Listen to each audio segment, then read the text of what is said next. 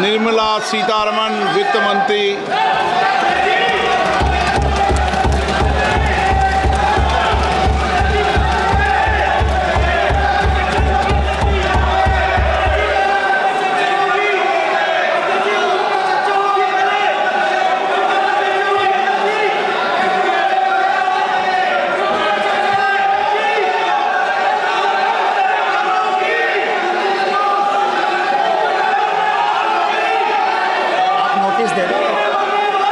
सदस्यगण, budget के बाद राज्यपाल अभिभाषण में आपको पर्याप्त अवसर दूंगा।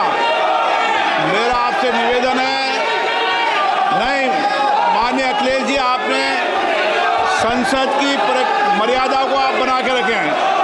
कभी बजट भाषण के अंदर इस तरीके का नहीं हुआ, ये उचित नहीं है, ये उचित नहीं है। अखिलेश जी प्लीज, मैं आपको मौका दूंगा राज्यपाल अभिभाषण पे, प्लीज। नो, ये तरीका ठीक नहीं है। No,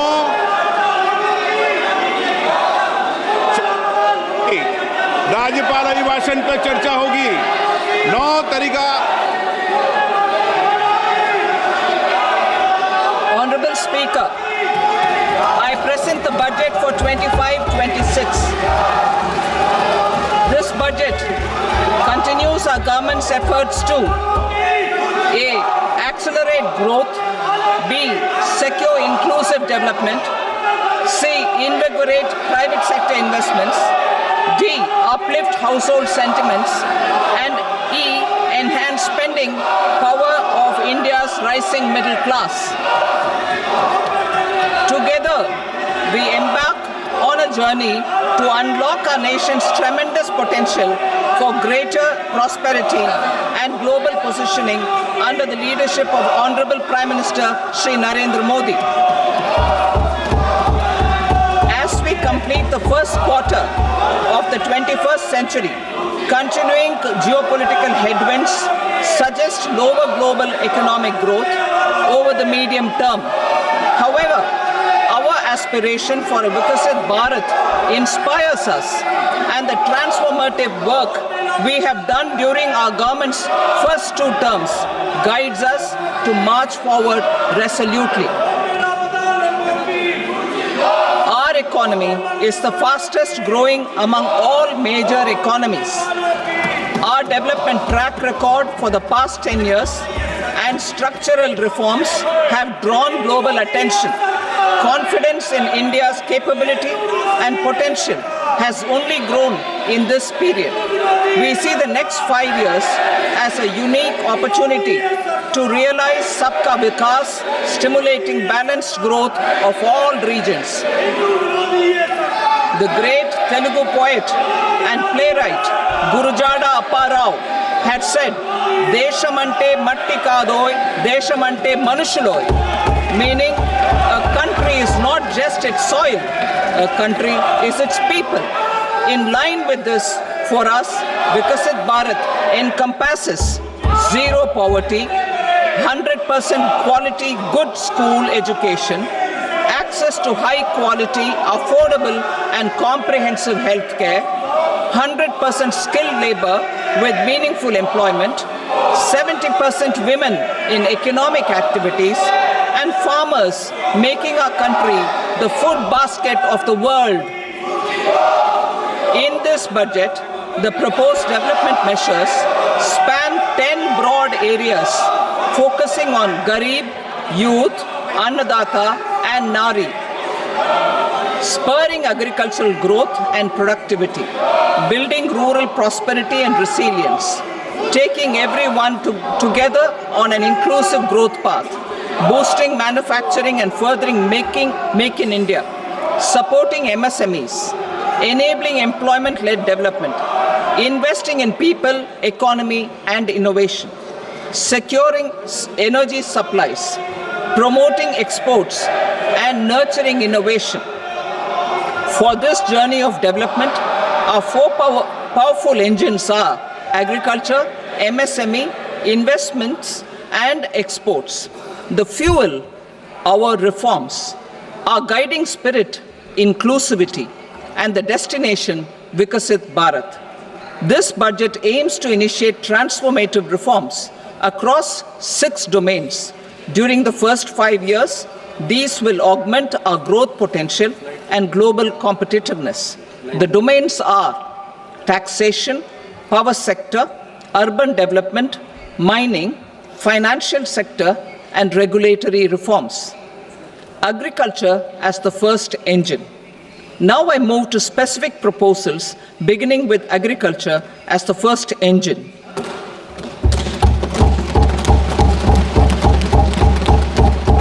Prime Minister Dhan Dhanya Krishi Yojana, Developing Agri-Districts Program.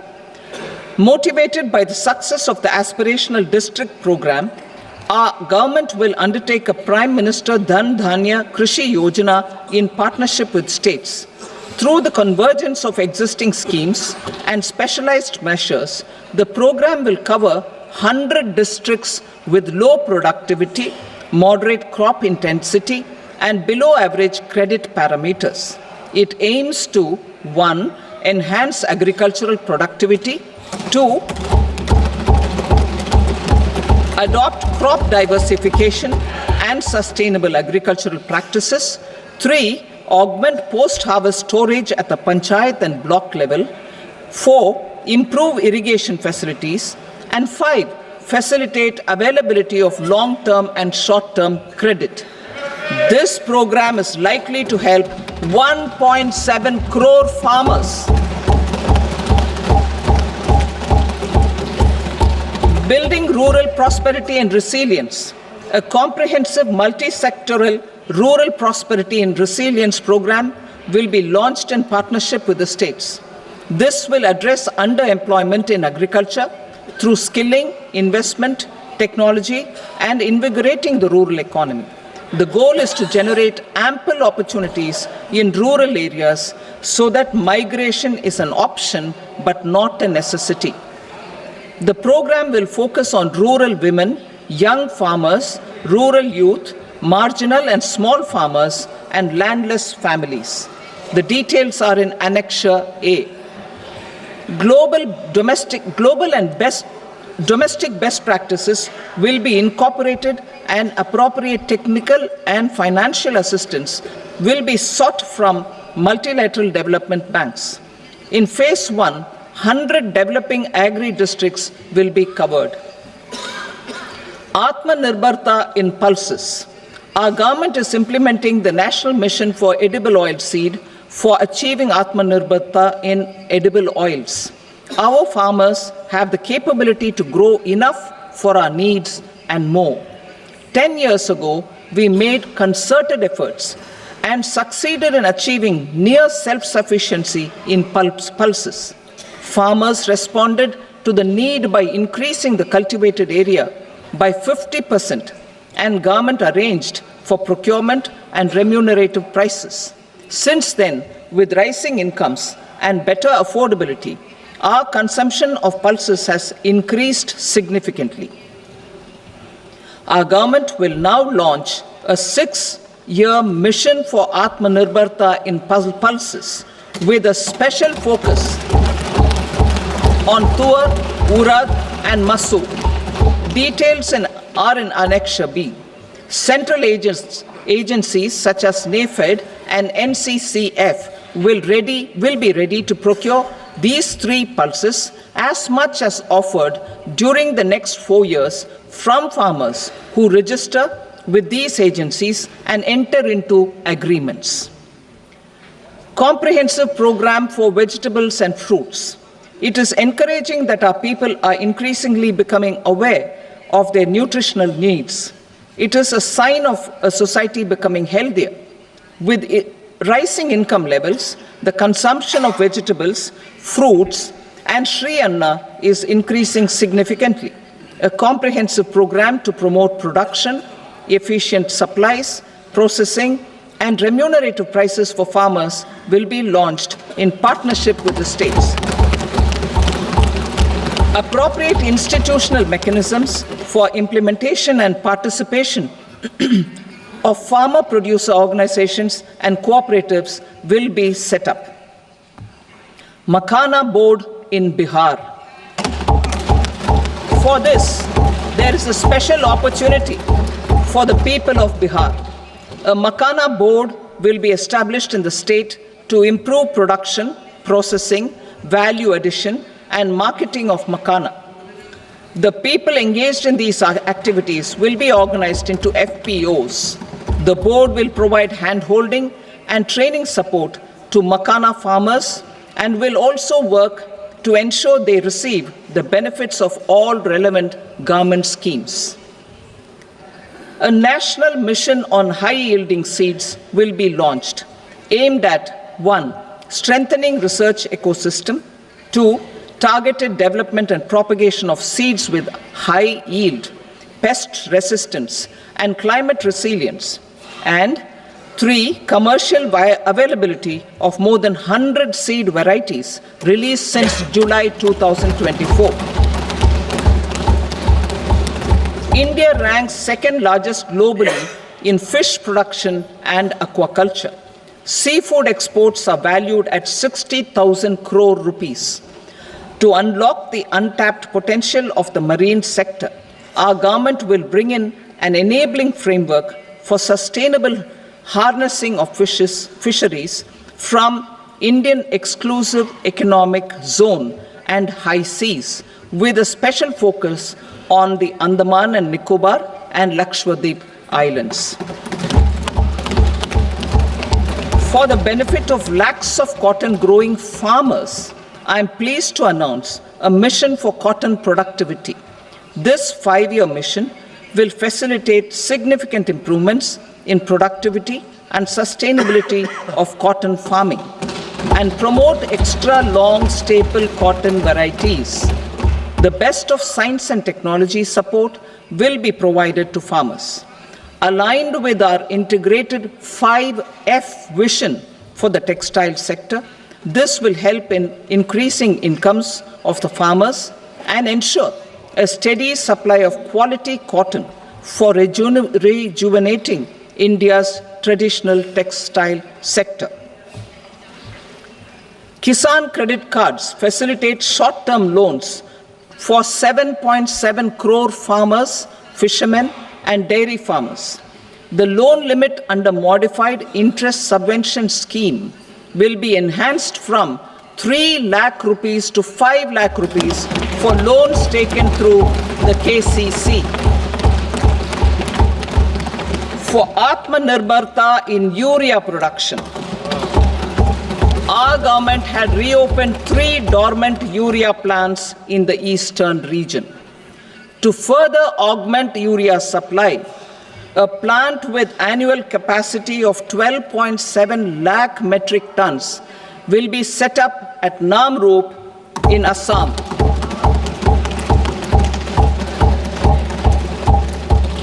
India Post, with 1.5 lakh rural post offices, complemented by the India Post Payment Bank and a vast network of 2.4 lakh Dak Sevaks, will be repositioned to act as a catalyst for the rural economy. Details are at Annexure C. India Post will also be transformed as a large public logistics organization. This will meet the rising needs of Vishwakarmas, new entrepreneurs, women, self-help groups, MSMEs, and the large business organizations. Our government will provide support to NCDC for its lending operations for the cooperative sector. MSMEs as the second engine. Now I move to MSMEs as the second engine, which encompasses manufacturing and services with a focus on MSMEs numbering 5.7 crores. Currently, over 1 crore registered MSMEs, employing 7.5 crore people and generating 36% of our manufacturing, have come together to position India as a global manufacturing hub. With their quality products, These MSMEs are responsible for 45% of our exports. To help them achieve higher efficiencies of scale, technological upgradation, and better access to capital, the investment and turnover limits for classification of all MSMEs will be enhanced to 2.5 and 2 times respectively. This will give them the confidence to grow and generate employment for our youth. The details are given in Annexure D. To improve access to credit, the credit guarantee cover will be enhanced. First, for micro and small enterprises from 5 crore to 10 crore rupees, leading to additional credit of 1.5 lakh crores in the next 5 years. Second, for startups from 10 crore rupees to 20 crore rupees, with the guarantee fee being moderated to 1% for loans in 27 focus sectors which are important for Atmanirbhar Bharat. And for well-run exporter MSMEs, for term loans up to 20 crore rupees. Also for the micro enterprises, we will introduce customized credit cards with a 5 lakh rupee limit for micro enterprises registered on Udyam portal. In the first year, 10 lakh such cards will be issued. Fund of funds for startups. The alternate investment fund, AIFs, for startups have received commitments of more than 91,000 crores rupees. These are supported by the fund of funds set up with the Government of India's contribution of 10,000 crore rupees. Now, a new fund of funds with expanded scope and a fresh contribution of another 10,000 crore rupees will be set up. A new scheme will be launched for 5 lakh women, scheduled castes and scheduled tribes, first-time entrepreneurs. This will provide term loans up to 2 crore rupees during the next 5 years. The scheme will incorporate lessons from the successful Stand Up India scheme. Online capacity building for entrepreneurship and managerial skills will also be organized. Measures for labor-intensive sectors. To promote employment and entrepreneurship opportunities in labor-intensive sectors, our government will undertake specific policy and facilitation measures. To enhance the productivity, quality, and competitiveness of India's footwear and leather sector, a focused product scheme will be implemented. The scheme will support design capacity, component manufacturing, and machinery required for production of non-leather quality footwear, besides the support for leather footwear and products. The scheme is expected to facilitate employment for 22 lakh persons, generate over 4 lakh crore rupees, and exports of over 1.1 lakh crore rupees. Measures for the toys sector. Building on the National Action Plan for Toys, we will implement a scheme to make India a global hub for toys. The scheme will focus on development of clusters, skills, and a manufacturing ecosystem that will create high-quality, unique, innovative, and sustainable toys that will represent the Made in India brand. Support for food processing. In line with our commitment towards Purvodaya, we will establish a National Institute of Food Technology, Entrepreneurship and Management in Bihar. The institute will provide a strong fillip to food processing activities in the entire eastern region. This will result in 1. Enhanced income for the farmers through value addition to their produce, and 2. Skilling entrepreneurship and employment opportunities for the youth. Manufacturing mission, furthering Make in India. Our government will set up a national manufacturing mission covering small, medium and large industries for furthering Make in India by providing policy support, execution roadmaps, governance and monitoring framework for central ministries and states. Details are in Annexure E. Given our commitment to climate-friendly development, the mission will also support clean tech manufacturing. This will aim to improve domestic value addition and build our ecosystem for solar PV cells, EV batteries, motors and controllers, electrolyzers, wind turbines, very high voltage transmission equipment and grid-scale batteries. Investment as the third engine. Now I move to investment as the third engine, which encompasses investing in people, investing in the economy, and investing in innovation. Investing in people. Saksham Anganwadi and Poshan 2.0. Saksham Anganwadi and Poshan 2.0 program provides nutritional support to more than 8 crore children, 1 crore pregnant women and lactating mothers all over the country, and about 20 lakh adolescent girls in aspirational districts and the Northeast region. The cost norms for these nutritional support will be enhanced appropriately. Atal Tinkering Labs. 50,000 Atal Tinkering Labs will be set up in government schools in the next 5 years to cultivate the spirit of curiosity and innovation and foster a scientific temper among young minds. Broadband connectivity to government secondary schools and PHCs. Broadband connectivity will be provided to all government secondary schools and primary health centers in rural areas under the BharatNet project. Bharatiya Bhasha Pustak Scheme.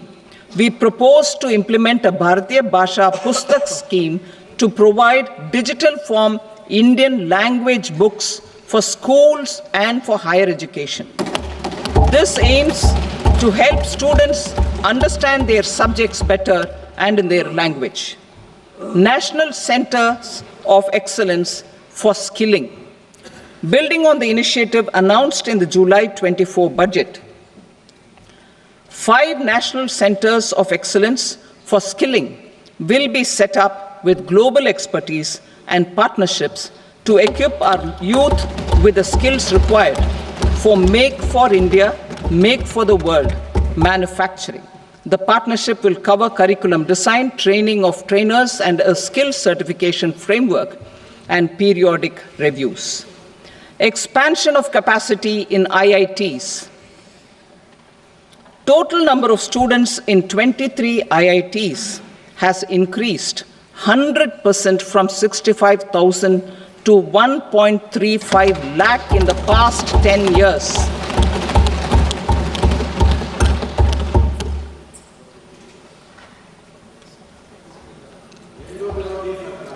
Additional infrastructure will be created in the 5 IITs started after 2014 to facilitate education for 6,500 more students.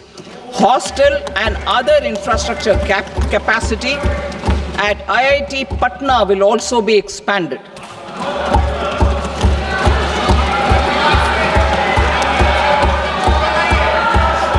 Center of Excellence.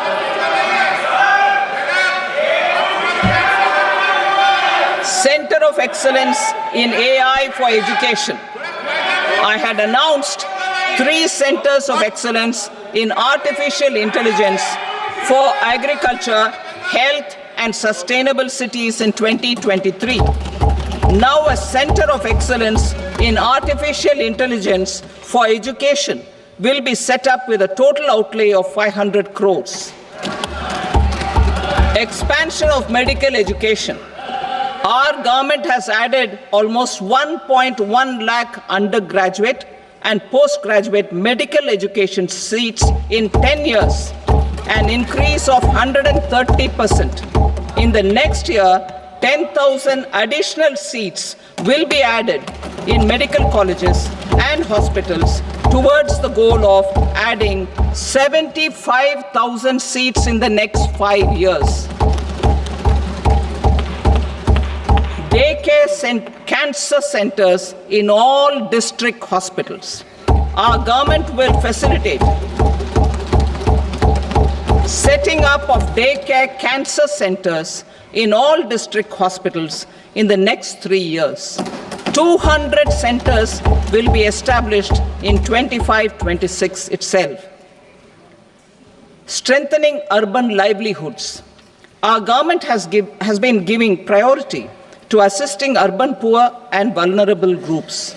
A scheme for socio-economic upliftment of urban workers will be implemented to help them improve their incomes, have sustainable livelihoods, and a better quality of life. PM Swanidhi scheme has benefited more than 68 lakh street vendors, giving them respite from high-interest informal sector loans. Building on this success, the scheme will be revamped with enhanced loans from banks, UPI-linked credit cards with 30,000 rupees limit, and capacity building support. Social Security Scheme for welfare of online platform workers. Gig workers of online platforms provide great dynamism to the new age services economy. Recognizing their contribution, our government will arrange for their identity cards and registration on the e-Shram portal. They will be provided health care under PM Jan Arogya Yojana. This measure is likely to assist nearly 1 crore gig workers.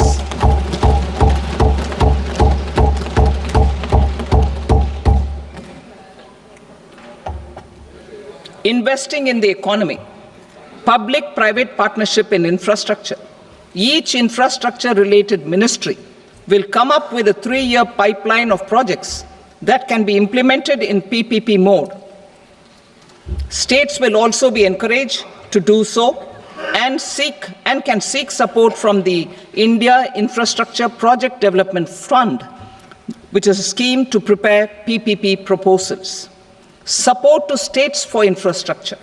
An outlay of 1.5 lakh crore is proposed for the 50-year interest-free loans to states for capital expenditure and incentives for reforms. Building on the success of the first asset monetization plan announced in 2021, the second plan for 2025 to 30 will be launched to plow back capital of 10 lakh crore in new projects. Regulatory and fiscal measures will be fine-tuned to support the plan. Jal Jeevan Mission. Since 2019, 15 crore households representing 80% of India's rural population have been provided access to portable tap water connections. To achieve 100% coverage, I am pleased to announce the extension of this mission until 2028 with an enhanced total outlay. The mission's focus will be on the quality of infrastructure and O&M of rural piped water supply schemes through Jan Bhagidari. A separate MOU or separate MOUs will be signed with the states and union territories to ensure sustainability and citizen-centric water services delivery. Urban sector reforms. Building on the July budget proposals, urban sector reforms related to governance, municipal services, urban land and planning will be incentivized. Urban Challenge Fund. The government will set up an Urban Challenge Fund of 1 lakh crore rupees to implement the proposals for cities as growth hubs. creative redevelopment of cities, and for water and sanitation purposes announced in the July budget. This fund will finance up to 25% of the cost of bankable projects, with a stipulation that at least 50% of the cost is funded from bonds, bank loans, and PPPs. An allocation of 10,000 crore is proposed in 2025-26. Power sector reforms. We will incentivize electricity distribution reforms and augmentation of intra-state transmission capacity by states. This will improve financial health and capacity of electricity companies. Additional borrowing of 0.5% of GSDP will be allowed to states contingent on these reforms. Nuclear energy mission for Vikasit Bharat. Development of at least 100 gigawatt of nuclear energy by 2047 is essential for our energy transition efforts.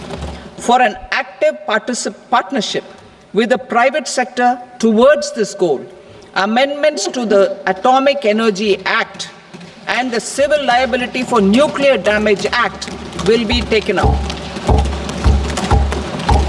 A nuclear energy mission for research and development of small modular reactors with an outlay of 20,000 crore will be set up. At least 5 indigenously developed small modular reactors will be operationalized by 2033.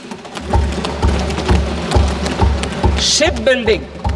The shipbuilding financial assistance policy will be revamped to address cost disadvantages. This will also include credit notes for shipbreaking in Indian yards to promote the circular economy. Large ships above a specified size will be included in the infrastructure harmonized master list. Shipbuilding clusters will be facilitated to increase the range, categories, and capacity of ships. This will include additional infrastructure, facilities, skilling, and technology to develop the entire ecosystem. Maritime Development Fund. For long-term financing for the maritime industry, a Maritime Development Fund with a corpus of 25,000 crore rupees will be set up. This will be for distributed support and promoting competition. This will have up to 49% contribution by the government, and the balance will be mobilized from ports and from private sector. UDAN regional connectivity schemes. UDAN has enabled 1.5 crore middle-class people to meet their aspirations for speedier travel. The scheme has connected 88 airports, and operationalized 619 routes. Inspired by that success, a modified UDAN scheme will be launched to enhance regional connectivity to 120 new destinations and carry 4 crore passengers in the next 10 years.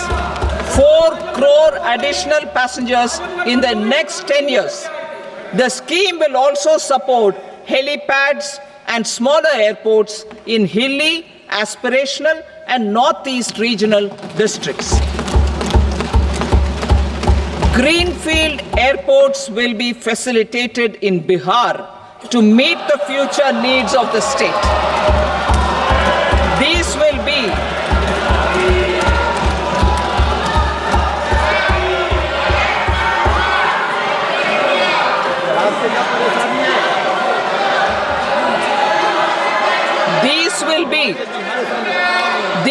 be in addition to the expansion of the capacity of Patna Airport and a brownfield airport in Beta. Western Kosi Canal project in Mithilanchal. Financial support will be provided for the Western Kosi Canal ERM project benefiting a large number of farmers, cultivating over 50,000 hectares of land in the Mithilanchal region of Bihar. Mining sector reforms, including those for minor minerals, will be encouraged through sharing of best practices and institutions of a state mining index. A policy for recovery of critical minerals from tailings will be brought out. Under the special window for affordable and mid-income housing, SWAMI, 50,000 dwelling units in stressed housing projects have been completed and keys handed over to home buyers. Another 40,000 units will be completed in 2025, further helping middle-class families who were paying EMIs on loans taken for apartments while also paying rent for their current dwellings.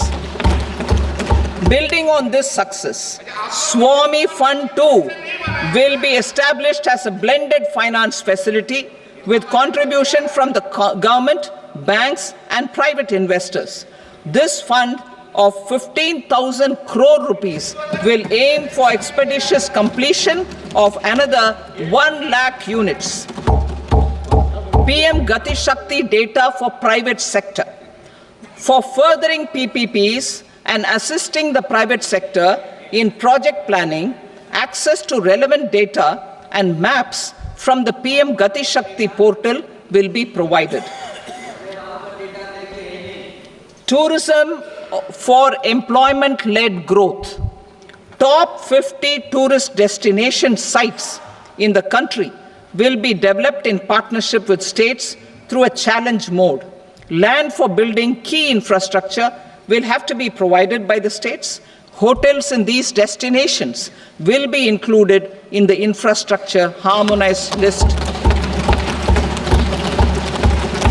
The following measures will be taken for facilitating employment-led growth. Organizing intensive skill development programs for our youth, including in institutes of hospitality management. Providing mudra loans for homestays.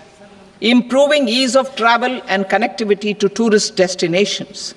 Providing performance-linked incentives to states for effective destination management, including tourist amenities, cleanliness, and marketing efforts. And introducing streamlined e-visa facilities along with visa fee waivers for certain tourist groups. Continuing with the emphasis on places of spiritual and religious significance, in the July budget, there will be a special focus on destinations related to the life and times of Lord Buddha. Medical tourism and heal in India. Medical tourism and heal in India will be promoted in partnership with the private sector along with capacity building and easier visa norms. Investing in innovation. To implement private sector-driven research, development and innovation initiatives announced in the July budget, I am now allocating 20,000 crore rupees for this purpose. A deep tech fund of funds will also be explored to catalyze the next generation startups as a part of this initiative. In the next 5 years, under the PM Research Fellowship Scheme, we will provide 10,000 fellowships for technological research in IITs and IISc with enhanced financial support. The second gene bank with 10 lakh germ plasm lines will be set up for future food and nutritional security. This will provide conservation support to both public and private sectors for genetic resources. We will start a national geospatial mission to develop foundational geospatial infrastructure and data. Using PM Gati Shakti, this mission will facilitate modernization of land records, urban planning, and design of infrastructure projects. A Gyan Bharatam mission for survey, documentation, and conservation of our manuscript heritage with academic institutions, museums, libraries, and private collectors will be undertaken to cover more than 1 crore manuscripts. We will set up a national digital repository of Indian knowledge systems for knowledge sharing. Now I move to exports as the fourth engine. We will set up an export promotion mission with sectoral and ministerial targets driven jointly by the Ministries of Commerce, MSME, and Finance. It will facilitate easy access to export credit, cross-border factoring support, support to MSMEs to tackle non-tariff measures in overseas markets. A digital public infrastructure, Bharat Trade Net, for international trade will be set up as a unified platform for trade documentation and financing solutions. This will complement the Unified Logistics Interface platform. The BTN will be aligned with international practices. Support will be provided to develop domestic manufacturing capacities for our economy's integration with global supply chains. Sectors will be identified based on objective criteria. Facilitation groups with participation of senior officers and industry representatives will be formed for select products and supply chains. Through this, there are huge opportunities related to Industry 4.0, which needs high skills and talent. Our youth have both. Our government will support the domestic electronic equipment industry to leverage this opportunity for the benefit of our youth. A national framework will be formulated as guidance to states for promoting global capability centers in emerging Tier 2 cities. This will suggest measures for enhancing availability of talent and infrastructure, building bylaw reforms, and mechanisms for collaboration with industry. Our government will facilitate upgradation of infrastructure and warehousing for air cargo, including high-value perishable horticultural produce. Cargo screening and customs protocol will be streamlined and made user-friendly. Reforms as the fuel. Over the past 10 years, our government has implemented several reforms for convenience of taxpayers, such as faceless assessment, 2, taxpayer charter, 3, faster returns, 4, almost 99% returns being on self-assessment, and 5, Vivad Se Vishwas scheme.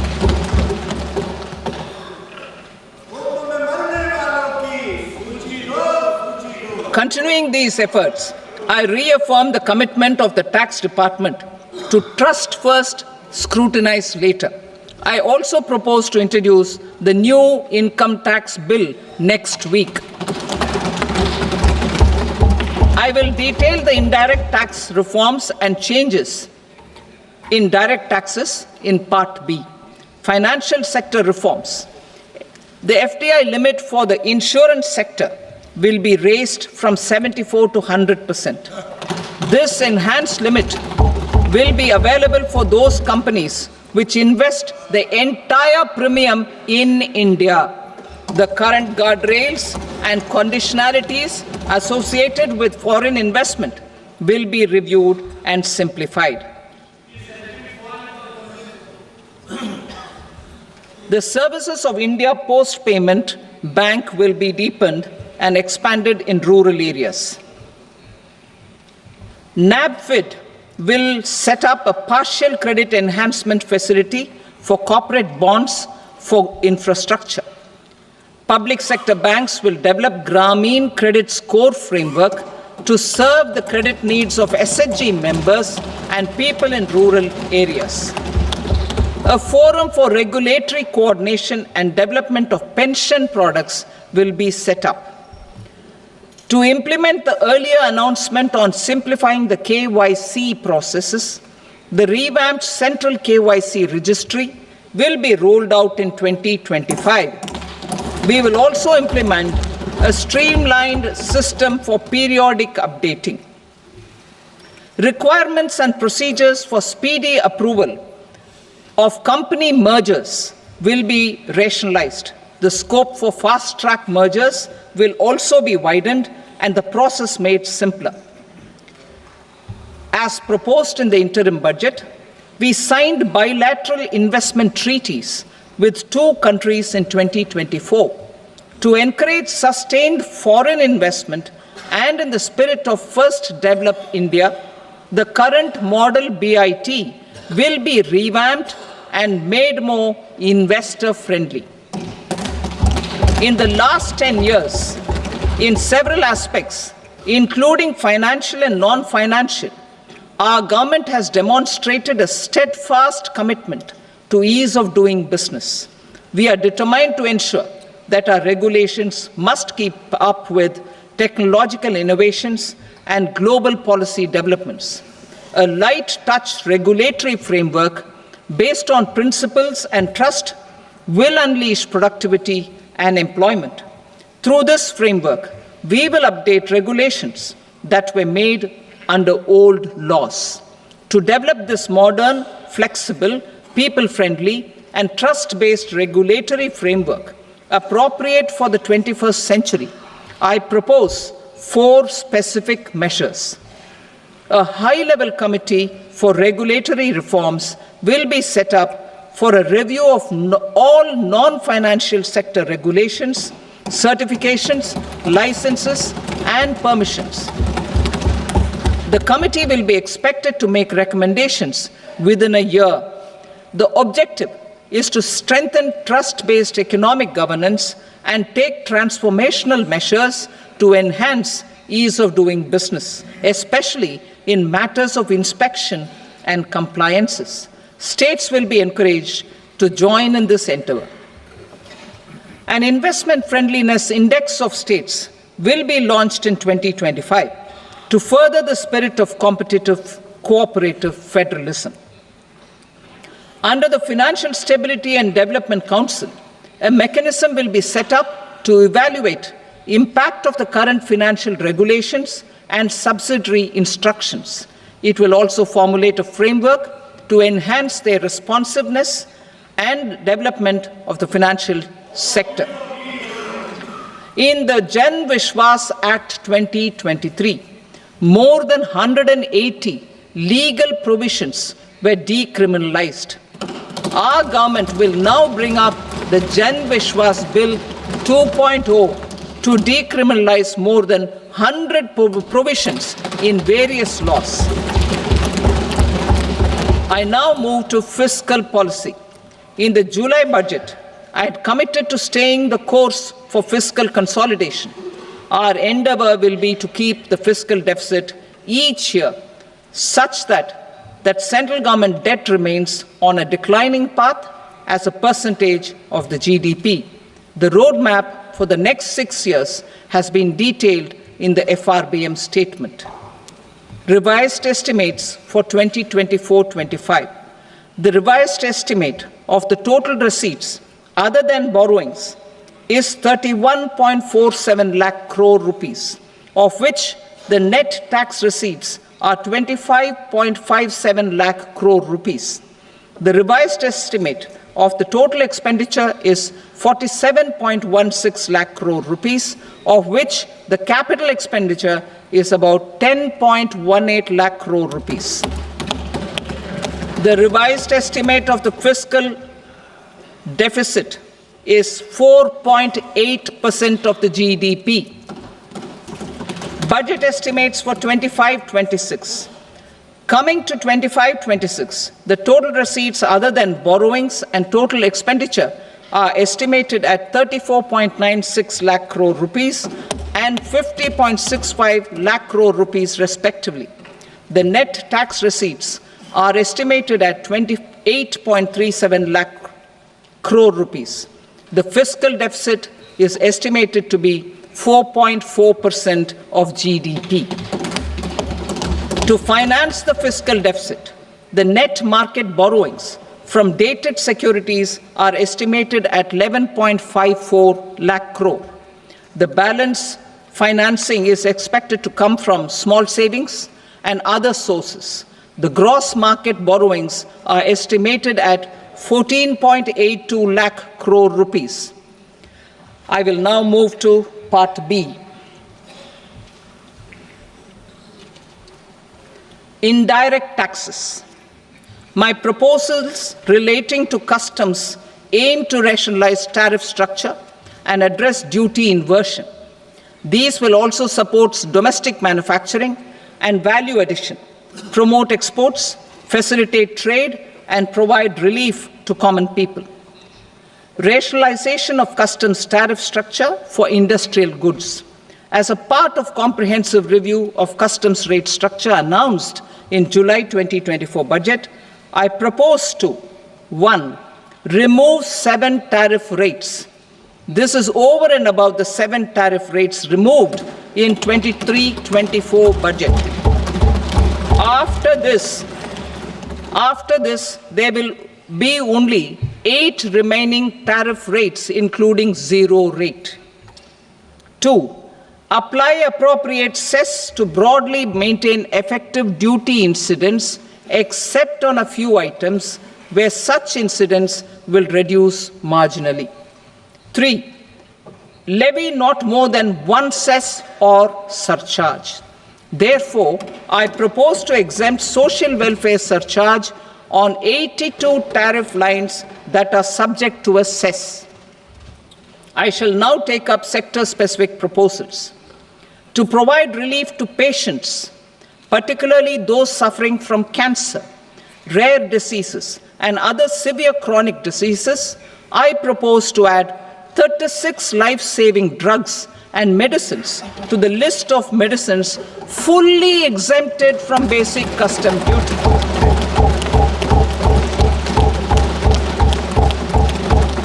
I also propose to add 6 life-saving medicines to the list attracting concessional custom duty of 5%. Full exemption and concessional duty will also respectively apply on the bulk drugs for manufacture of the above. Specified drugs and medicines under patient assistance programs run by the pharmaceutical companies are fully exempt from BCD, provided the medicines are supplied free of cost to the patients.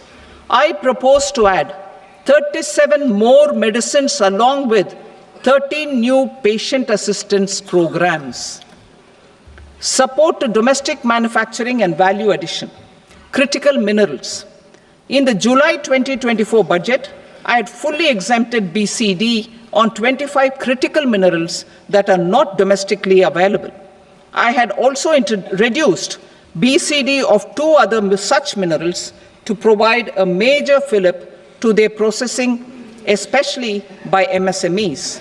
Now, I propose to fully exempt cobalt powder and waste, the scrap of lithium-ion battery, lead, zinc, and 12 more critical minerals. This will help secure the availability for manufacturing in India and promote more jobs for our youth.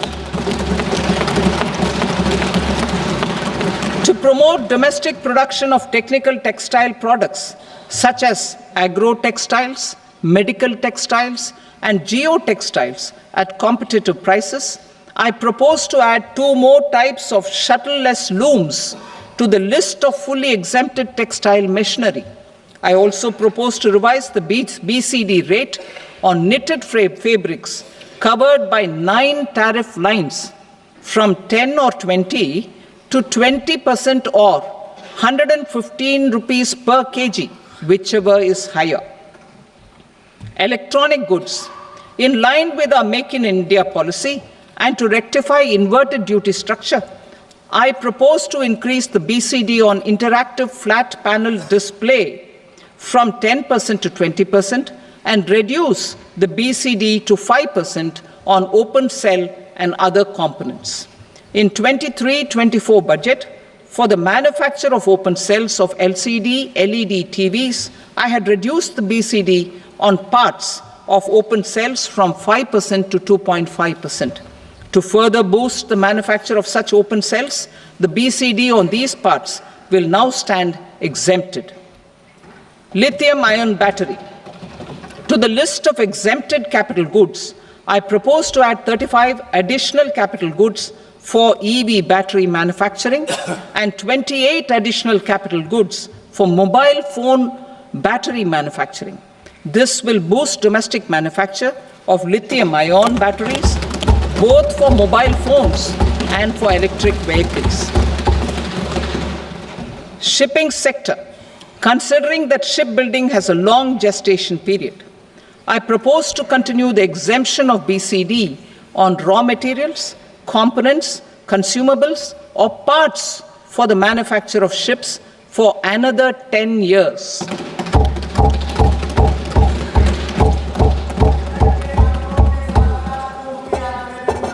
I also propose the same dispensation for shipbreaking to make it more competitive. Telecommunication. To prevent classification disputes, I propose to reduce the BCD from 20% to 10% on carrier-grade Ethernet switches to make it at par with non-carrier-grade Ethernet switches. Export promotion. To facilitate exports of handicrafts, I propose to extend the time period for export from 6 months to 1 year, further extendable by another 3 months if required. I also propose to add 9 items to the list of duty-free inputs. Leather sector. I propose to fully exempt BCD on wet blue leather to facilitate imports for domestic value addition and employment. I also propose to exempt crust leather from 20% export duty to facilitate exports by small tanners. Marine products.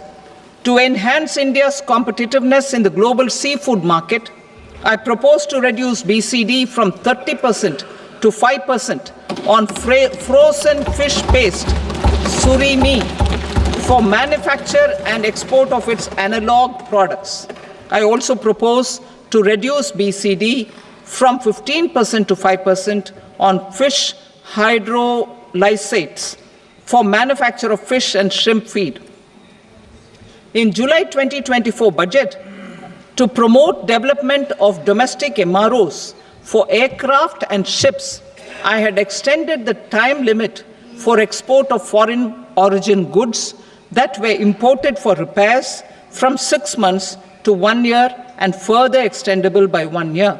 I now propose to extend the same dispensation for railway goods. Time limit for provisional assessment. Presently, the Customs Act 1962 does not provide any time limit to finalize provisional assessments, leading to uncertainty and cost to trade. As a measure of promoting ease of doing business, I propose to fix a time limit of 2 years, extendable by a year, for finalizing the provisional assessment. I propose to introduce a new provision that will enable importers or exporters, after clearance of goods, to voluntarily declare material facts and pay duty with interest but without penalty. This will incentivize voluntary compliance. However, this will not apply in cases where department has already initiated audit or investigation proceedings. For industry to better plan their imports, I propose to extend the time limit for the end use of imported inputs in the relevant rules from 6 months to 1 year. This will provide operational flexibility in view of cost and uncertainty of supply. Further, such importers will now have to file only quarterly statements instead of a monthly statement.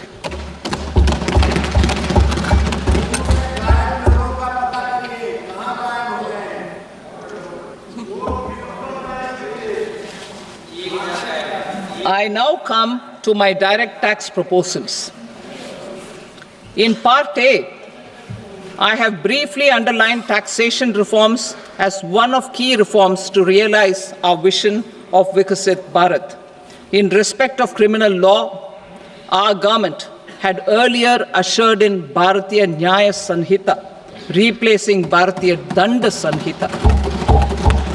I am happy to inform this august House and the country that for new income tax bill will carry forward the same spirit of Nyaya in its drafting as well. The new bill will be clear and direct in text, with close to half of the present law in terms of both chapters and words. It will be simple to understand for taxpayers and tax administrators, leading to tax certainty and reduced litigation. Reforms, however, are not a destination. They are means to achieve good governance for our people and economy. Providing good governance primarily involves being responsive. The Tirukural captures this in verse 542, which reads, "Vaanokki vaazhum ulagallam, mannavan kol nokki vaazhum kudi," meaning, just as the living beings live expecting rains, citizens live expecting good governance. Our government is committed to keeping an ear to the ground and a finger on the pulse and responding while balancing our national building efforts.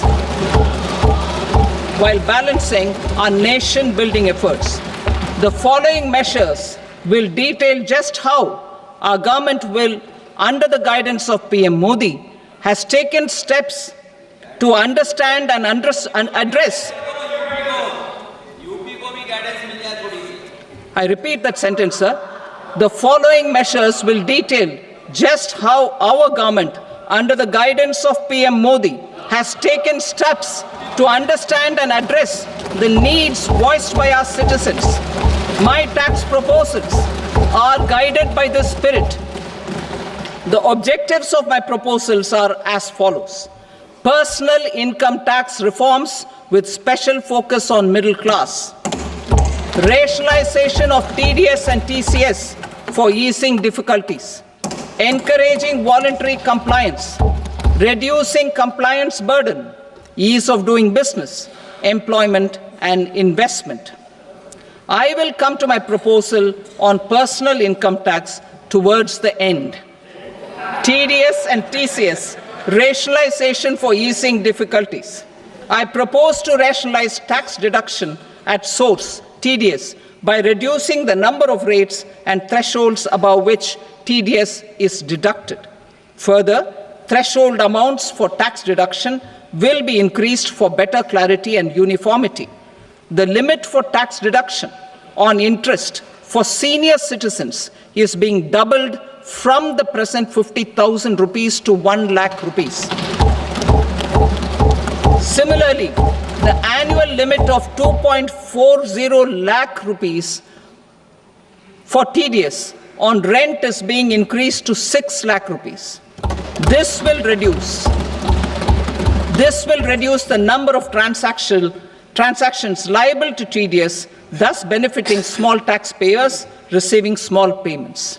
The threshold to collect tax at source, the TCS, on remittances under RBI's liberalized remittance scheme, the LRS, is proposed to be increased from 7 lakh to 10 lakhs. I also propose to remove TCS on remittances for education purposes, where such remittances is out of a loan taken from a specified financial institution. Both TDS and TCS are being applied on any transaction related to sale of goods. To prevent such compliance difficulties, I propose to omit the TCS. I also propose that the provisions of the higher TDS deduction will now apply only in non-PAN cases. In July 2024, the delay for payment of TDS up to the due date of filing statement was decriminalized. I propose to provide the same relaxation to TCS provisions as well. The government under the leadership of Prime Minister Modi believes in Sabka Saath, Sabka Vikas, Sabka Vishwas and Sabka Prayas. In line with this, we brought in updated return facility in 2022 for voluntary compliance by taxpayers who had omitted to report their correct income. Our trust in taxpayers was proved right. Nearly 90 lakh taxpayers voluntarily updated their incomes by paying additional tax. Taking this trust further, I now propose to extend the time limit to file updated returns for any assessment year from the current limit of 2 years to 4 years. I propose to reduce the compliance burden for small charitable trusts and institutions by increasing their period of registration from 5 years to 10 years. It is also proposed that disproportionate consequences do not arise for minor defaults such as incomplete applications filed by charitable entities. Presently, taxpayers can claim the annual value of self-occupied properties as nil only on the fulfillment of certain conditions. Considering the difficulties faced by taxpayers, it is proposed to allow the benefit of 2 such self-occupied properties without any condition. To streamline the process of transfer pricing and to provide an alternative to yearly examination, I propose to introduce a scheme for determining arm's length price of international transaction for a block period of 3 years. This will be in line with global best practices. With a view to reduce litigation and provide certainty in international taxation, the scope of safe harbor rules is being expanded. A number of senior and very senior citizens have very old national savings scheme accounts. As interest is no longer payable on such accounts, I propose to exempt withdrawals made from NSS by individuals on or after 29th August 2024. I am also proposing to allow similar treatment to NPS Vatsalya accounts as is available to normal NPS accounts subject to overall limits. In my speech in July 2024, I had promised that all processes, including giving effect to appellate orders, shall be digitalized and made paperless over the next 2 years. So I'm happy to announce that digitalization is being made operational now. In July 2024, we brought in the Vivad Se Vishwas scheme to resolve income tax disputes pending in appeal. The scheme has received a great response, with nearly 33,000 taxpayers having availed of the scheme to settle their disputes. I have a few proposals to promote investment and employment. It is proposed to provide a presumptive taxation regime for non-residents who provide services to a resident company that is establishing or operating an electronics manufacturing facility. I further propose to introduce a safe harbor for tax certainty for non-residents who store components for supply to specified electronics manufacturing units. Presently, the tonnage tax scheme is available only to sea-going ships. The benefits of existing tonnage tax scheme are proposed to be extended to inland vessels registered under the Indian Vessels Act 2021 to promote inland water transport in the country. Extension for incorporation of startups. We continue to support the Indian startup ecosystem. I propose to extend the period of incorporation by 5 years to allow the benefit available to startups which are incorporated before 1/4/2030. In order to attract and promote additional activities in the IFSC, I am inter alia proposing specific benefits to ship leasing units, insurance offices, and treasury centers of global companies which are set up in IFSC. Further, to claim benefits, the cut-off date for commencement in IFSC has also been extended by 5 years to 31/3/2030. Category 1 and Category 2 AIFs are undertaking investments in infrastructure and other such sectors. I propose to provide certainty of taxation to these entities on the gains from securities, to promote funding from sovereign wealth funds and pension funds to the infrastructure sector. I propose to extend the date of making an investment by 5 more years up to 31st March 2030.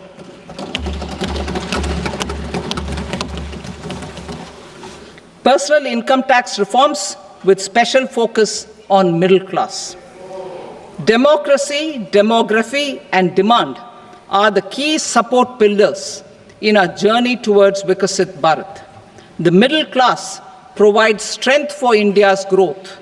This government, under the leadership of Prime Minister Modi, has always believed in the admirable energy and ability of the middle class in nation building. In recognition of their contribution,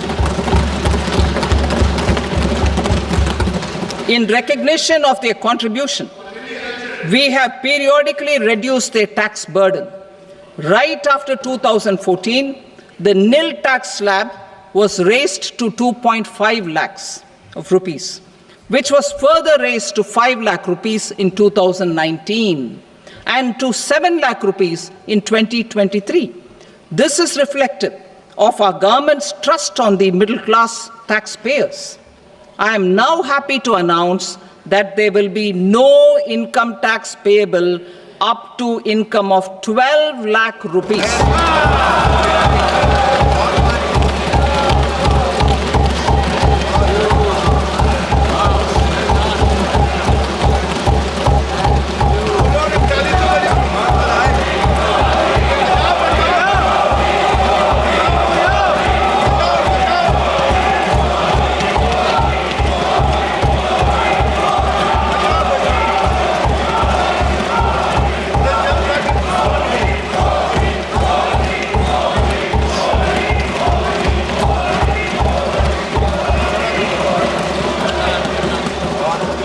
So, average income of 1 lakh per month, other than the special rate income such as capital gains, under the new regime.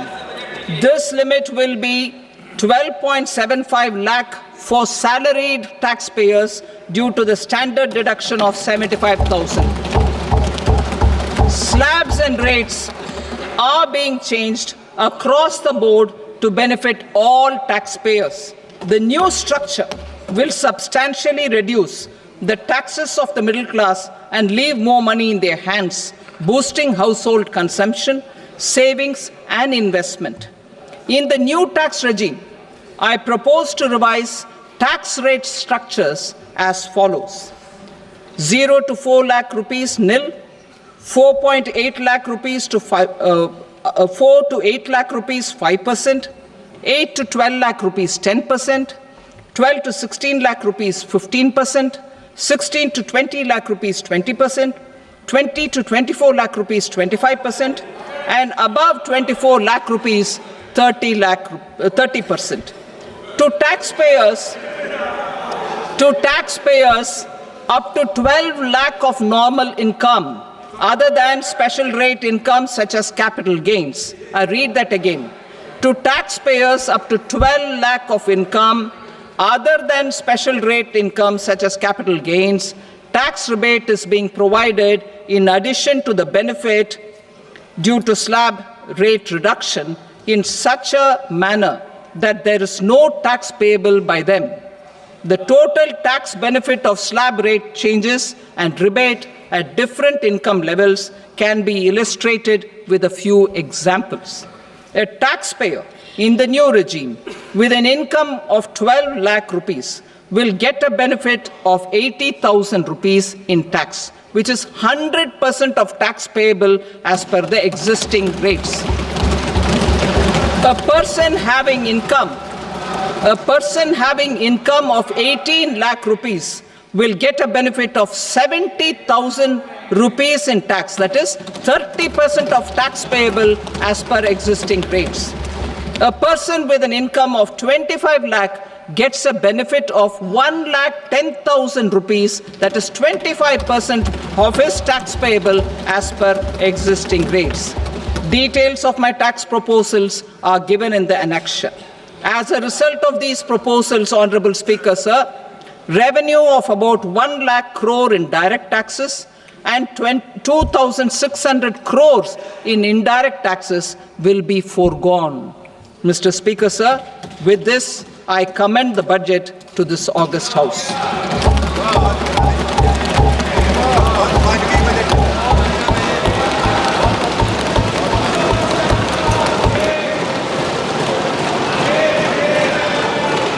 Item number 2, Srimati Nirmala Sitharaman. Sir, with your permission, I rise to lay on the table the following statements under Section 3(1) of the Fiscal Responsibility and Budget Management Act 2003. Medium-term fiscal policy cum fiscal policy strategy statement and macroeconomic framework statement. Item number 3, Srimati Nirmala Sitharaman. Sir, with your permission, I rise to move for leave to introduce the Finance Bill 2025. प्रश्न ये है कि विधेयक को पुनर्स्थापित करने की अनुमति प्रदान की जाए। जो सदस्य इसके पक्ष में हाँ गए, जो सदस्य विरोध में ना गए, मेरे विचार में निर्णय हाँ वालों के पक्ष में हुआ, हाँ वालों के पक्ष में अनुमति प्रदान की जाती है। माननीय मंत्री जी, अब विधेयक को पुनर्स्थापित करें। Sir, I introduce the bill. Thank you. सभा की कार्रवाई सोमवार दिनांक 3 फरवरी 2025 को प्राप्त 11 बजे तक के लिए स्थगित की जाती है।